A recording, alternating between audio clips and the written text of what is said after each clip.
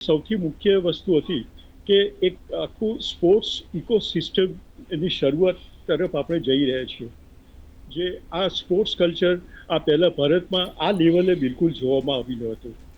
એટલે આમાં પ્લાનિંગની સાથે સાથે જે બીજા બધા કયા સેક્ટર્સ છે એની પણ આપણે જો નિરીક્ષણ કરીએ તો એનાથી આખી ભારતની ગ્લોબલ ઇમેજ એક સરસ ઊભી થાય એવું છે. જી.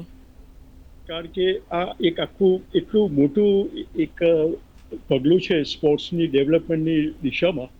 અને આને સાકાર કરવા માટે બીજા જે સ્પોર્ટ્સ ઇવેન્ટ્સ છે, દાખલા તરીકે એશિયન ગેમ્સ છે જી. કે પછી કોમનવેલ્થ ગેમ્સ છે, તો એનું આયોજન પણ આ પહેલાં એક ટેસ્ટ ટ્રાયલ તરીકે કરવામાં આવશે અને ત્યાર પછી ઓલિમ્પિક્સનું આ પ્રમાણે આ થશે. જ્યારે ઓલિમ્પિક્સ કમિટીની સામે ભારતે પોતાનું દાવો તો રજૂ કરી દીધો છે અને આ સાથેની તૈયારીઓ પણ ખૂબ જોરથી હવે ચાલશે. પ્લાનિંગ બેઝિક ગ્રાસરૂટ લેવલથી નક્કી થઈ ગયું છે.